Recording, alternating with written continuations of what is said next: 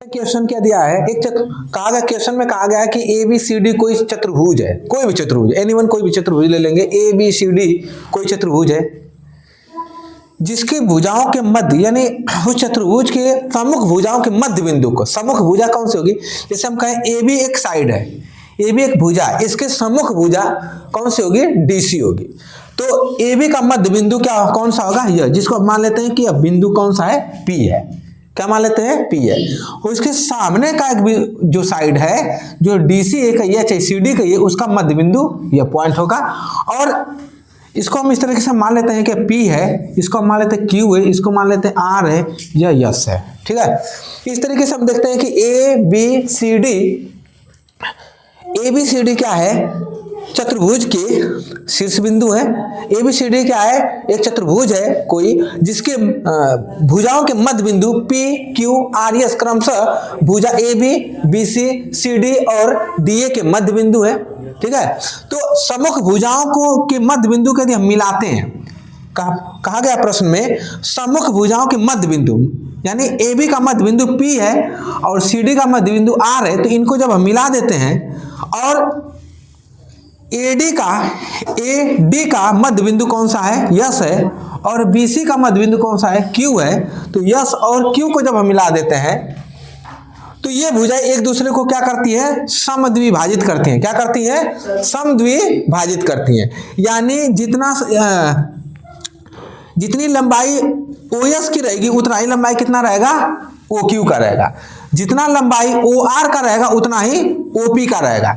यही तो हमको सिद्ध करना है। क्या करना है, सिद्ध करना है। तो यहां पर हम ओ ले रहे हैं। क्या ले लिए, ओ। तो जो जैसे हम हमारे प्रश्न में तो ये फिगर दिया नहीं था, कहा गया कि कोई चतुर्भुज है, तो हम मान लेते हैं कि माना ए बी सी डी एक चतुर्भुज है। ए बी सी डी कोई चतुर्भुज है,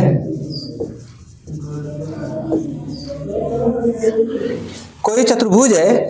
क्या हुआ, ए बी सी डी कोई चतुर्भुज है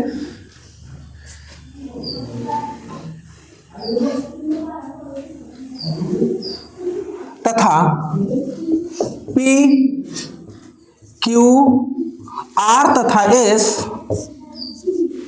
पी क्यू आर तथा एस क्रमशः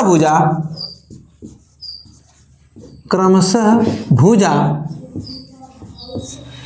ए B B C C D तथा ए डी का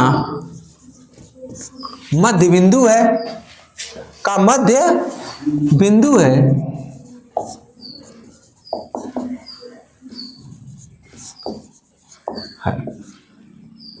बिंदु है। इसको तो ये तो प्रश्न में दिया गया है, जिसके अकॉर्डिंग हम क्या कर लिए, जो प्रश्न में दिया था वैसे हम मान लिए कि ए बी सी डी क्या है, कोई चतुर्भुज है। पी क्यू आर एस क्रमशः भुजा A B B C C D और डी ए के क्या है, मध्य बिंदु है। ठीक है, इसके बाद हम क्या किए, पी और आर जब इसके मध्य बिंदु है तो हम कह सकते हैं, जब इनके मध्य बिंदु है तो अर्थात हम ये भी कह सकते हैं अर्थात कि जो एएस की लंबाई होगी वह डीएस के बराबर होगी। जो एएस की जो लंबाई होगी, एएस इक्वल क्या हो जाएगा, डीएस कॉमा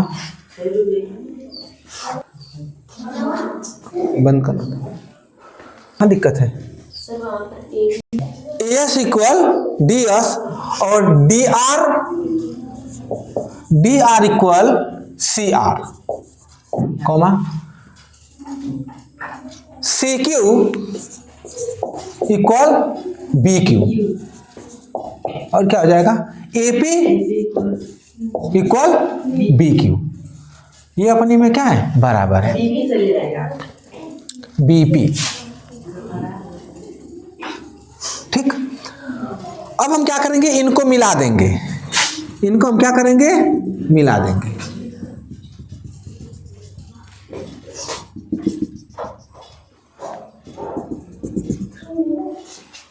आप चाहे तो रचना में लिख भी सकते हैं कि एस को आर से आर को क्यू से पी को यस से मिलाया। ठीक है, रचना पे आप चाहे तो लिख सकते हैं रचना में, नहीं तो कोई जरूरी नहीं है। रचना में एस को आर से,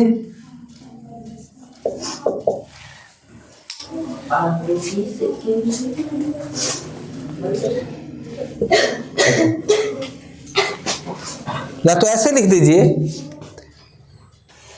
एस आर आर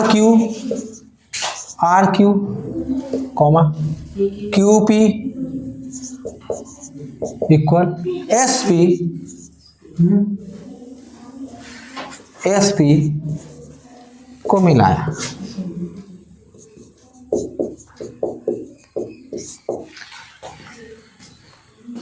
बंद। अब जो है ये हमको सिद्ध करना है, ये तो रचना हो गया, फिगर बन करके आप लोगों का रेडी है। अब हम लोग को सिद्ध क्या करना है, सिद्ध यह करना है, प्रूव करना है कि जो इसके मध्य बिंदु सम्मुख भुजाओं के मध्य बिंदु को मिलाने वाले रेखाखंड परस्पर क्या करेंगे, एक दूसरे को समद्विभाजित करेंगे। समद्विभाजित देखो, सम्मुख भुजा के मध्य बिंदु, सम्मुख भुजाओं के मध्य बिंदु कौन सा होगा, ये भुजा है, इसका मध्य बिंदु P है, और इसका सम्मुख भुजा इसके सामने वाली, इसका मध्य बिंदु P, यानी P को R से मिलाएंगे, और P को R से मिलाएंगे, और AS का मध्य बिंदु यस है, और CQ का मध्य बिंदु Q है, तो यस को CQ से मिलाएंगे, तो ये दोनों अपने में क्या करेंगे, परस्पर समद्विभाजित करेंगे। यानी OS बराबर OQ और OR बराबर OP, यही तो हमको सिद्ध करना है। तो हम लिखेंगे सिद्ध करना है या दर्शाना है। सिद्ध करना है,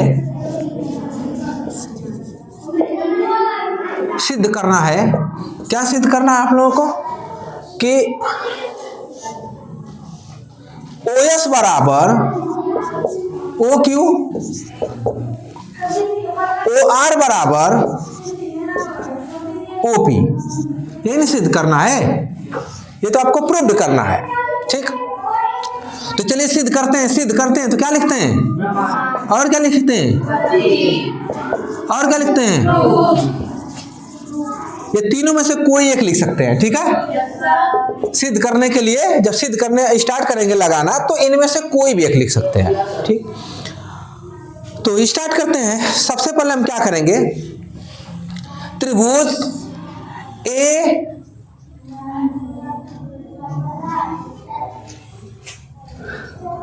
इस बिकड़ को नहीं मिलाया ना, इस बिकड़ को हम मिला देते हैं। यहां से हम बिकड़ को इसको क्या कर दें, मिला देते हैं। तो अब त्रिभुज लेंगे DAC में, किस में लेंगे, त्रिभुज, रचना में चाहे ना तो इसको लिख सकते हैं कि विकर्ण AC को मिलाया, विकर्ण AC को मिलाया। ठीक, ये रचना में लिख सकते हैं। A को C से मिला दिए, गलत हो गया, मिला। अब सही है, लिखने में गलती हो जाती है, आगे देखेंगे। तो त्रिभुज हम लेंगे, त्रिभुज ACD में,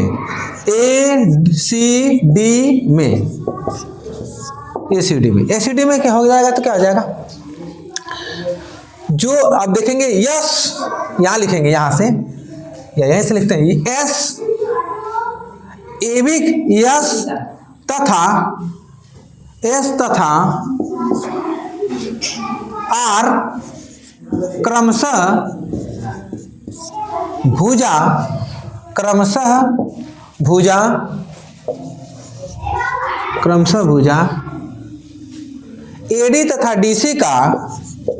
AD तथा DC का मध्य बिंदु है, मध्य बिंदु है। यस तथा आर क्रमशः भुजा AB तथा DC के मध्य बिंदु है।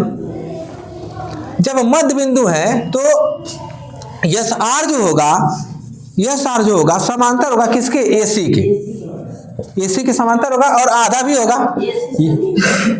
क्या लिख दिया हम, AC।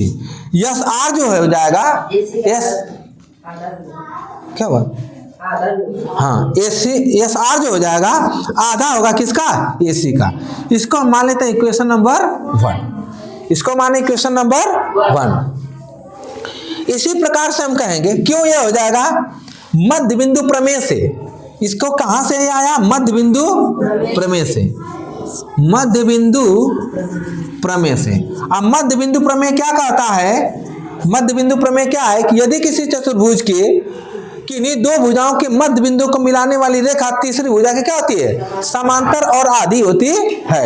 ये पहले मध्य बिंदु प्रमेय पढ़ा चुके हैं कि किसी चतुर्भुज के किन्हीं दो भुजाओं के मध्य बिंदु को मिलाने वाली रेखाखंड तीसरी भुजा की क्या होती है, समांतर होती है और आधा होती है। वेरी गुड, तो ये आप समझ गए। अब हम लिखेंगे त्रिभुज, त्रिभुज ABC में, किसमें लिखेंगे, त्रिभुज ABC में, त्रिभुज ABC में लेंगे तो सेम वही बात फिर लिखेंगे, P तथा Q, P तथा Q क्रमशः भुजाओं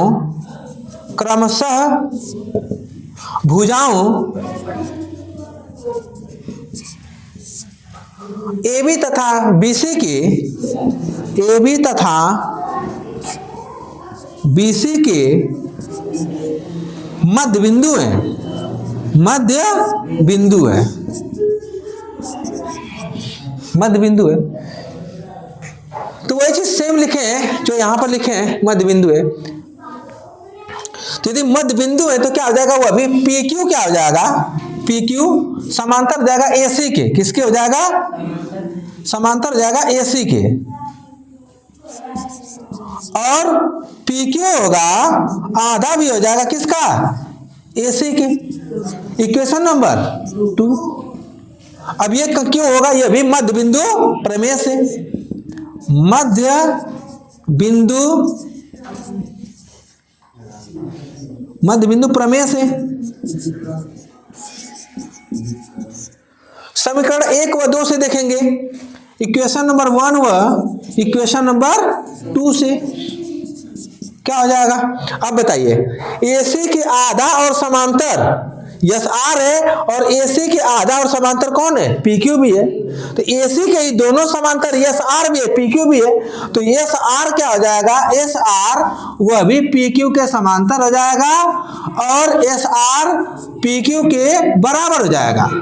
समीकरण नंबर 1 व 2 से, इक्वेशन नंबर 1 और इक्वेशन नंबर 2 से एस आर इक्वल हो जाएगा किसके, PQ के। बातें समझ में आई? अच्छा, अब ये बताइए, जब ये यस आर जो PQ के समांतर है और बराबर है, इसका मतलब क्या है, PQRS एक समांतर चतुर्भुज है। इसका मतलब क्या है, PQRS, अतः यह स्पष्ट होता है, अतः PQRS एक समांतर चतुर्भुज है। क्या है, समांतर चतुर्भुज है।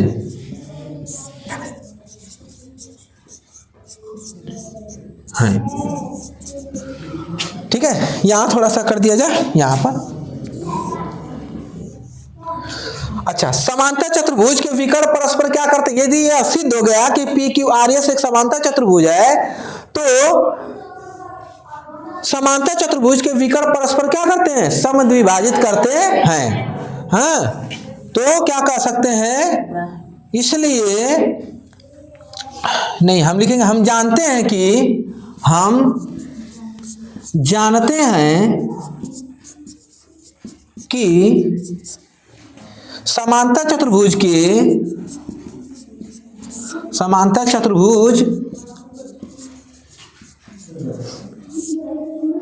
के विकर्ण परस्पर समद्विभाजित करते हैं।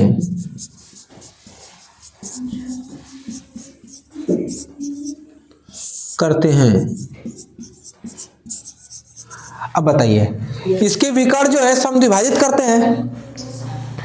अब बताइए, ये जो है PQRS क्या समांतर चतुर्भुज है, और जो आप देख रहे हैं, जो PR देख रहे हैं और जो SQ देख रहे हैं, क्या विकर्ण है ना, तो विकर्ण एक दूसरे को समद्विभाजित करते हैं। अतः क्या हो जाएगा, अब ये विकर्ण क्या है, ये विकर्ण है OPR, यस Q विकर्ण है। अब समद्विभाजित करने का, जब समद्विभाजित करेंगे तो क्या हो जाएगा, OP बराबर OR और OS बराबर OQ। यही तो सिद्ध करना है, यही तो सिद्ध करना था। इसका मतलब क्या हो जाएगा, इसका मतलब हो जाएगा कि OP बराबर OR